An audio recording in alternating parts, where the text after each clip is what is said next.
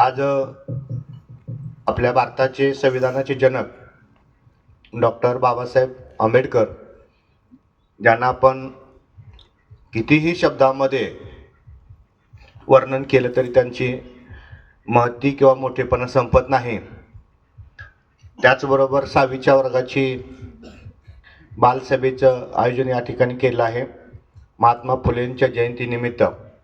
या सर्व कार्यक्रमासाठी व्यासपीठावर उपस्थित सर्व मान्यवर, प्रशालेचे मुख्याध्यापक, माझे सहकारी मित्र आणि आपण सर्व विद्यार्थी मित्रांनो, फारसं काही बोलणार नाही कारण 20-25 विद्यार्थ्यांची भाषणे या ठिकाणी झाली आहेत. पण आपण सर्वजण या ठिकाणी ऐकण्यासाठी बसला आहात म्हणून बोलल्याशिवाय सोडणार नाही. डॉक्टर बाबासाहेब आंबेडकर यांचं एक 4 ओळीमध्येच माहिती सांगतो जे आपल्याला लक्षात राहील. मूळ नाव त्यांचं सकपाळ असं होतं. सकपाळ सातारा जिल्ह्यातील त्यांचे बांधव आहेत.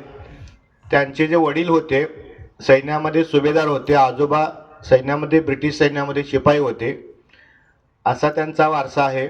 आईच्या 5व्या वर्षी निधनानंतर त्यांच्या आत्याने त्यांचा सांभाळ केलेला आहे. रत्नागिरी जिल्ह्यामध्ये आंबवडे गाव होतं त्यांचं, आंबवडे, आणि त्या ठिकाणी शाळेमध्ये नाव दाखल करण्यासाठी त्यांच्या आत्यानी जेव्हा गेल्या होत्या त्या ठिकाणी शिक्षकांनी त्यांचं नाव आंबवडेकर असं लिहिण्याऐवजी आंबेडकर असं नाव लिहिलं आणि तिथून पुढं त्यांचं आंबेडकर असं नाव पडलेलं आहे.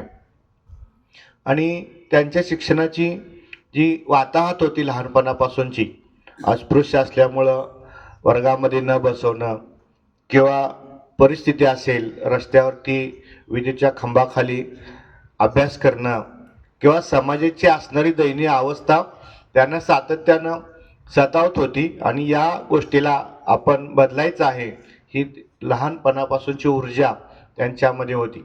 आणि त्यामुळं प्राथमिक शिक्षण घेतलेलं आहे, मॅट्रिक पूर्व घेतलं आहे. त्यानंतर आपल्या भारतातील काही प्रतिष्ठित लोकांनी स्कॉलरशिपच्या माध्यमातून राजर्षी छत्रपती शाहू महाराज असतील, सयाजीराव गायकवाड असतील यांच्या माध्यमातून त्यांनी परदेशामध्ये शिक्षण घेतलं. आणि या ऊर्जेत राहत असताना त्यांनी त्यांच्या संदर्भातील एक 2-3 गोष्टी सांगतो की परदेशामध्ये जो 8 वर्षाचा PhDचा कालावधी होता तो डॉक्टर बाबासाहेब आंबेडकरांनी फक्त 2 वर्षामध्ये पूर्ण केला. 8 वर्षाचा अभ्यासक्रम त्यांनी 2 वर्षामध्ये पूर्ण केला. मी 10वीच्या वर्गातील विद्यार्थ्यांना सांगत असतो की आपण सुट्टीच्या दिवशी 16 तास, 14 तास, 18 तास अभ्यास करा. तर विद्यार्थ्यांना ते कुतूहल वाटतं, असं 18 तास अभ्यास म्हणजे काय नेमकं. परंतु डॉक्टर बाबासाहेब आंबेडकर हा 8 वर्षाचा अभ्यासक्रम पूर्ण करण्यासाठी 18 तास अभ्यास करत होते. आणि त्यांनी PhDचा हा अभ्यासक्रम 2 वर्षामध्ये पूर्ण केला. आणि भारतातील काही प्रमुख घटनांमध्ये त्यांची एक प्रमुख घटना म्हणजे लोकांना सार्वजनिक ठिकाणी पिण्यासाठी पाणी भरण्यास मज्जाव केला जात होता, त्यातलं ते विरोध म्हणून किंवा ते मोडीत काढण्यासाठी त्यांनी महाड या ठिकाणच्या 14 तळ्याला लोकांसाठी खुलं केल्याची घटना आहे. आणि आपल्या नाशिक जिल्ह्यामध्ये काळाराम मंदिरामध्ये लोकांना प्रवेश दिला जात नव्हता अस्पृश्यांना, ती एक घटना त्यांच्या जीवनामधील आहे अविस्मरणीय. अशा प्रकारचे अनेक महान कार्य आपल्या समाजासाठी आणि इतर लोकांसाठी सुद्धा त्यांनी केलेत. फक्त आपल्या भारतामध्येच नाही तर पूर्ण जगामध्ये त्यांनी लिहिलेल्या संविधानाचा आदर केला जातो आणि त्या संविधानाच्या माध्यमातून राज्यकारभार केला जातो.